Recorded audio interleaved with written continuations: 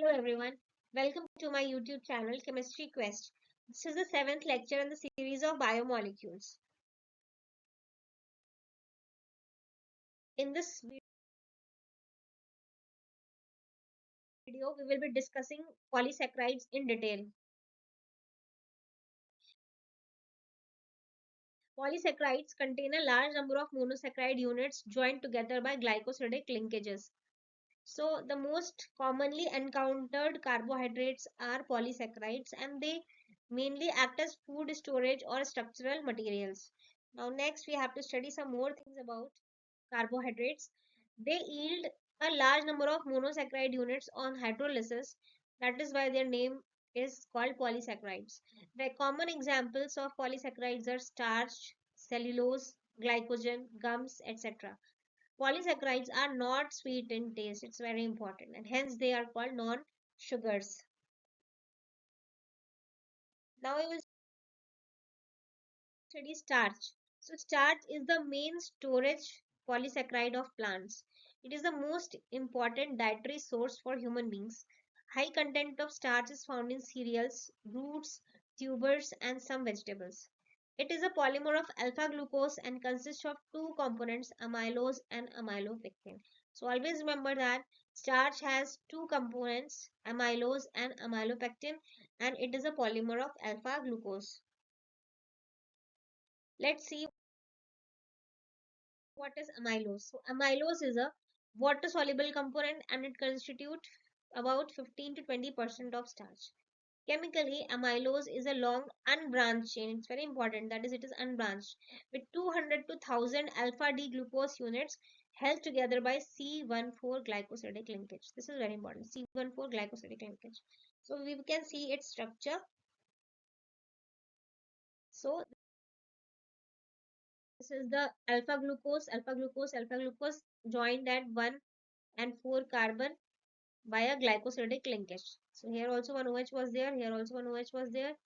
Removal of water molecule leads to the formation of glycosidic linkages. This is amylose. It is a straight chain polymer. Next, we have to study amylopectin. So, amylopectin is an insoluble component in water and constitute about 80 to 85% of starch. It is a branch chain polymer of alpha D glucose units. It is a branch chain polymer. First thing is that. Then chain is formed by C1-C4 glycosidic linkage. C1-C4 glycosidic linkage chain is formed, whereas branching occurs by C1-C6 glycosidic linkage. So first you see this is alpha glucose units. The first chain is formed by 1,4 glycosidic linkage and branching occurs at 1,6 glycosidic linkage. So the whole molecule now becomes a amylopectin. This is very important. Next we have to study cellulose. So cellulose occurs extensively in plants and it is the most abundant organic substance in plant kingdom. It predominantly constituent of cell wall of plant cells. So how the structure of cellulose is? It is beta D glucose units joined together by glycosidic linkage and the linkage between C1 of one glucose and C4 of next glucose. And the glucose unit is beta D glucose units are joined together in cellulose. So this I have just summarized in the next slide. Cellulose is a straight chain polymer composed only of beta D glucose units which are joined by glycosidic linkage between C1 of one glucose unit and C4 of next glucose unit. Next we have to study glycogen. Glycogen is a carbohydrate stored in animal body. It is also known as animal starch because its structure is similar to amylopectin and is rather more highly branched. It is present in liver, muscles, and brain. When the body needs glucose, enzyme bring the glycogen down to glucose. Next, we have to study importance of carbohydrates. So, carbohydrates are essential for life in both plants and animals. They form a major portion of our food. Honey has been used for a long time as an instant source of energy by Vads in Ayurvedic system of medicine.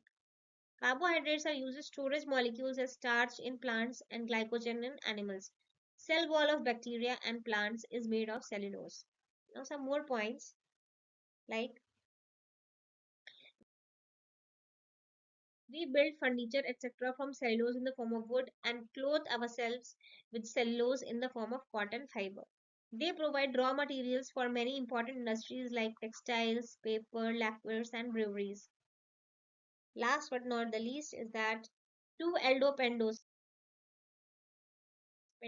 that is D-ribose and 2-deoxy-D-ribose, are present in nucleic acids. So carbohydrates are found in biosystem in combination with many proteins and lipids. Thank you for watching my video. Please hit the like button if you like the video, share with your friends, and subscribe to my channel. And don't forget to hit the notification bell for upcoming videos. Thank you.